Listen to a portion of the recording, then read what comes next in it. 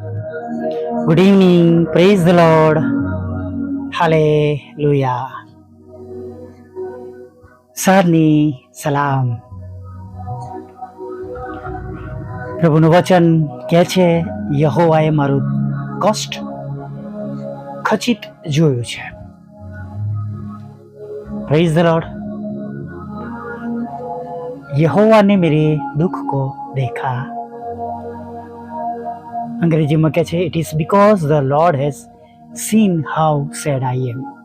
હું કેવો દુઃખી હતો, કે હું કેવી દુઃખી હતી, એ મારા પ્રભુએ જોયું છે. મીન્સ છુટકારાનો સમય. હાલેલુયા. અને ખરેખર ગુડ ફ્રાઈડે આપણે મનાવીએ છીએ નહીં, અને ગુડ ફ્રાઈડેના દિવસે પ્રભુએ પોતાનો પ્રાણ આપ્યો. પરમ પવિત્ર સ્થાનમાં આપણે પ્રવેશ કરી શકીએ એવો અધિકાર આપ્યો. પડદો વચ્ચેથી ચીરાઈ ગયો, ઉપરથી નીચે સુધી ચીરાઈ ગયો. આપણા માટે પડદામાં રહીને તેમણે દ્વાર કર્યો નહીં, અને આપણા પાપો તેમણે તેમના માથે લઈ લીધા.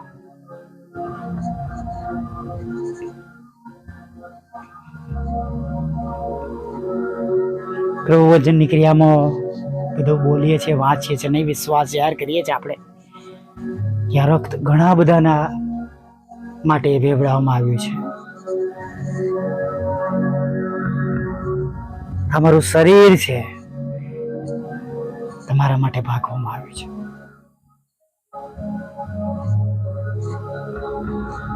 હાલેલુયા.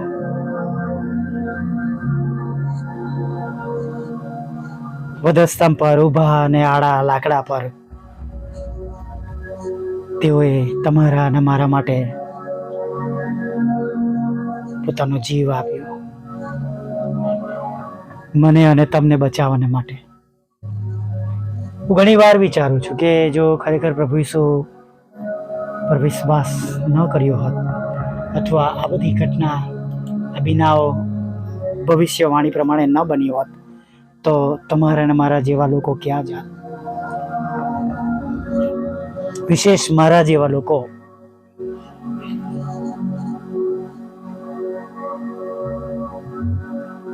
હું ઘણી વાર તમને કહું છું નહીં કે દર 1000 લોકોએ 999 લોકો વિરોધમાં છે, પણ પ્રભુનું કામ નહીં છોડવાનું. Praise the lord. હાલેલુયા. પ્રભુએ કહ્યું છે કે મારા નામના લીધે તમારી સતાવણી થશે. પછી બીજું એવું પણ વચન કહે છે, જેઓ ભક્તિભાવથી ચાલવામાં માંગે છે તેઓની સતાવણી થશે. મંડળીની સતાવણી થઈ. યાકૂબને મારી નાખવામાં આવ્યા, સ્ટીફનને મારી નાખવામાં આવ્યા, પિત્તરને જેલમાં પૂરી દેવામાં આવ્યા.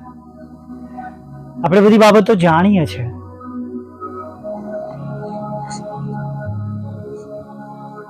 પણ આપણે એ પણ જોઈએ છે કે પ્રભુની 3.5 વર્ષની સેવા આજે 2025 વર્ષ પૂરા કરીને 2026માં વર્ષમાં 3જા મહિનામાં પણ આજે આપણે તેને યાદ કરીએ છીએ. હાલેલુયા. તેમના નામમાં સામર્થ્ય છે. હાલેલુયા. Praise the lord. તેમનામાં તારણ છે, તેમના લોહીમાં પાપોની માફી છે,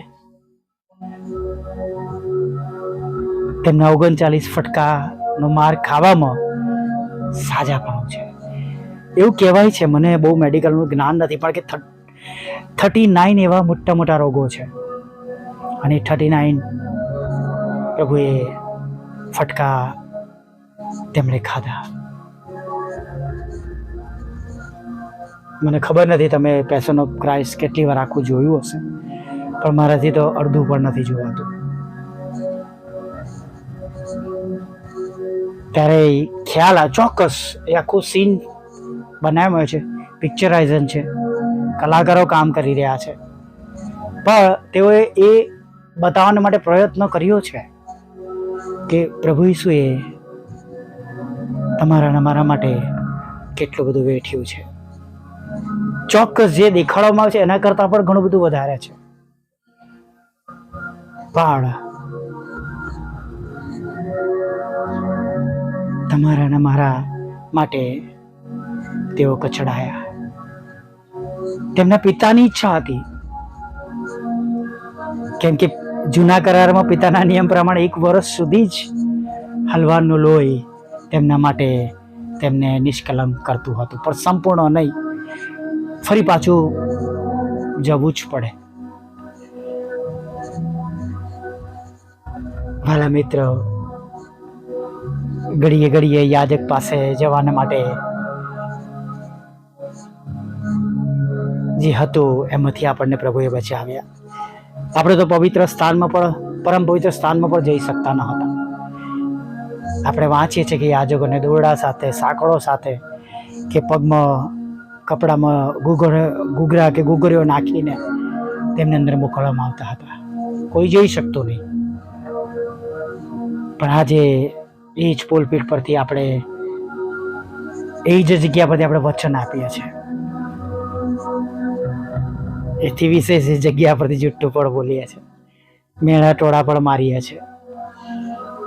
અને પ્રભુ જ્યાં છે લખવામાં આવ્યું છે, પ્રભુ યહો મારા પ્રભુ મંદિરમાં છે, ત્યાં પક્ષી પણ કરીએ છીએ અને લડાઈ ઝઘડો પણ કરીએ છીએ, જાણે આપણે પ્રભુને ભૂલી ગયા છે, અથવા આપણને જગતની બાબતો વધારે પ્રિય છે.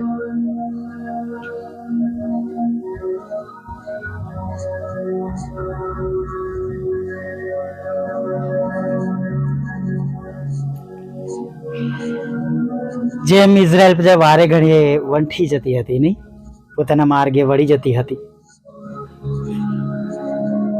એક જીદ હતી, જાણે પ્રભુથી દૂર રહેવાનું, થોડી વાર આવવાનું, મુશ્કેલી પડે એટલે પ્રભુ જોડે રહેવાનું, અને પછી આજના જમાના પડે એવું કહી શકે એટીએમ, જરૂર પડતા એટીએમમાં જઈએ, પૈસા કાઢીએ અને પાછા આવી જઈએ. એમ પ્રભુની જરૂર પડે ત્યારે પાછા જાય, પછી પાછા અન્ય બાબતોમાં ફરી પાછું જીવન ચાલો. ક્યાં સુધી એલિયા પણ કહે છે, નહીં, તમે ક્યાં સુધી બે મનના કે ઢચુપચું રહેશો? મિત્રો, ખરેખર જે બાબતો આપણે કરવી જોઈએ, પ્રભુને ખાતર જેવું જીવન જીવવું જોઈએ, પ્રભુને ખાતર અનંત જીવનમાં જવા માટે, પ્રભુની સાથે પારાદેશમાં રહેવાના માટે, તેમના રાજ્યમાં રહેવાના માટે, શું તમે અને હું આજે જગતની ઘણી બધી બાબતો છોડવા તૈયાર છે? શું આપણે તેમના માટે દારૂ મૂકી દઈ શકીએ છીએ? પર સ્ત્રીને, પર પુરુષને, જગતના લોભને, લાલચને, જગતના હોદ્દાને, ઈર્ષાઓને, અદેખાઈને, કજિયાઓને, વેરીઓ પર પ્રેમ કરીને,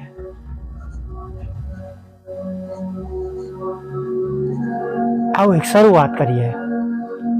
પ્રભુ આપણને એમના જેવા બનવાને માટે આજે સાંજે મદદ કરે.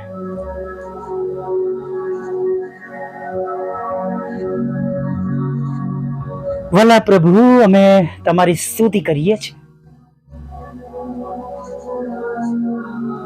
અને અમે તમારો પુષ્કળ આભાર માનીએ છીએ.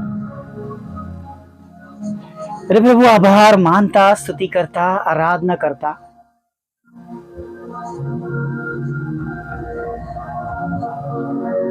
તમારા ચરણોમાં નમી જઈએ છીએ.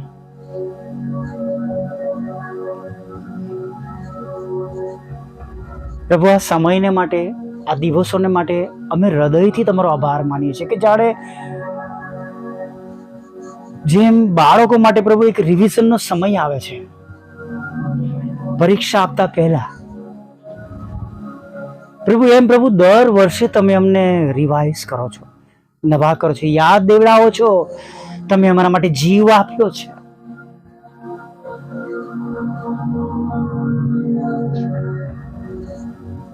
તેના માટે અમે તમારો આભાર માનીએ છીએ. જાણે અમે ભૂલકડા લોકો થઈ ગયા છે પ્રભુ. ઘડી ઘડી અમારા માર્ગોથી ભટકી જઈએ છીએ પ્રભુ. અને જાણે પ્રભુ અમે અલગ કરાયેલી તમારી પ્રજા, જાણે અમે બીજો માર્ગ લીધો છે.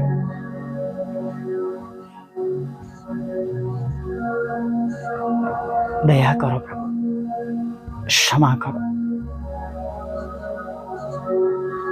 ફરીવાર સ્થિર કરો, બેઠા કરો. એવું જ્ઞાન, બુદ્ધિ, ડાપણ અને તમારું ભય અને બીક તમે આપો પ્રભુ.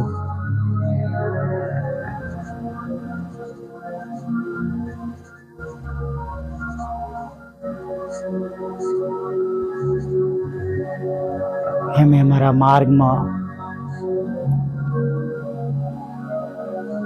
તમારા વચન મુજબ ચાલીએ. તમારી બીક રાખીને કંઈ પણ ખોટું કરવાથી બીને પ્રભુ.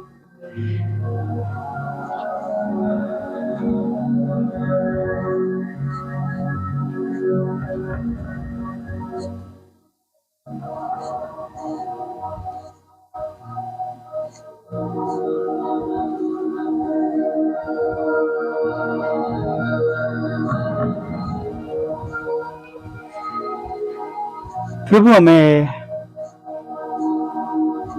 તમારી સ્તુતિ કરીએ છીએ ને અમે તમારો આભાર માનીએ છીએ કે અમે જાણીએ છીએ કે ખચિત તમે મારા હૃદય તરફ દ્રષ્ટિ રાખી છે. જેમ પિત્તરના પશ્ચાતાપ ને તમે માન્ય ગણ્યો, જેમ પ્રભુ મરિયમના પશ્ચાતાપને તમે માન્ય કર્યો, એમ પ્રભુ આજે સાંજે અમારા માટે પણ થવા દો. અને પ્રભુ જેમ કહેવામાં આવ્યું છે એ પ્રસંગમાં કે જેનું જેટલું માફ થયું એટલો એણે ઈશ્વર પર પ્રેમ રાખ્યો. એમ પ્રભુ અમારું પણ પ્રભુ ઘણું બધું માફ થાય અને અમે ઘણો પ્રેમ કરનારા તમારા બાળકો બનીને તમારી પાછળ ચાલનારા બની જઈએ એવું તમે થવા દો. તમે ઈશ્વર છો, ઈશ્વરના દીકરા છો એવો વિશ્વાસ રાખીને પ્રભુ સાંજના સમયમાં પ્રભુ આગળ વધીએ છીએ. જેમ દિવસે અમારી સંભાળ લીધી, કાળજી લીધી, આગળના સમયમાં પણ તમે અમારી કાળજી લો. ખોરાક, વસ્ત્ર, અન્ન, પાણી આપો, જરૂરિયાતો પૂરી પાડો. અમારી મધ્યથી તમામ રોગ ચાળો દૂર કરો. દરેક ઘરોમાં તમારી શાંતિ રાજ કરે, તમારો પ્રેમ અને તમારો આનંદ રાજ કરે પ્રભુ એવું થવા દો. સર્વ પ્રકારની ખુન્નસ, ખરાબ બાબતો પ્રભુ ઈસુ તમારા નામમાં નાશ પામે પ્રભુ એવી પ્રાર્થના કરીએ છીએ. દયાળુ પ્રભુ, કૃપાળુ પ્રભુ, સર્વ બાબતોમાં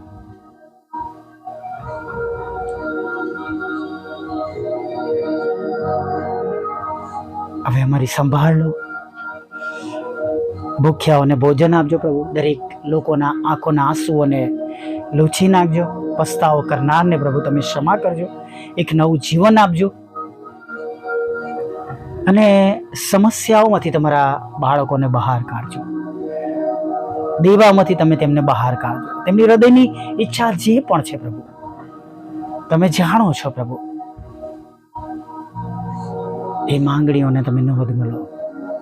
હા, તમને ન ગમતી બાબતો તમે નથી કરવાના અમે જાણીએ છીએ.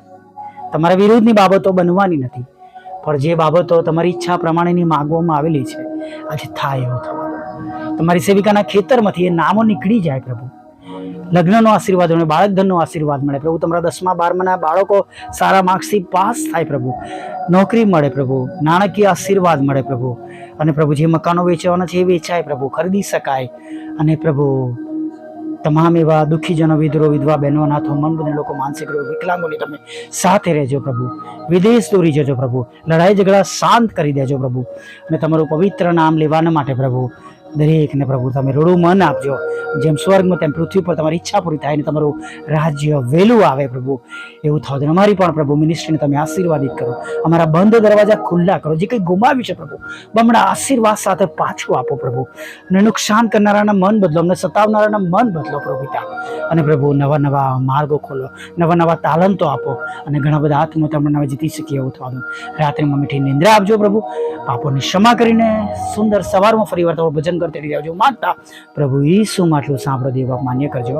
આમીન, આમીન, આમીન.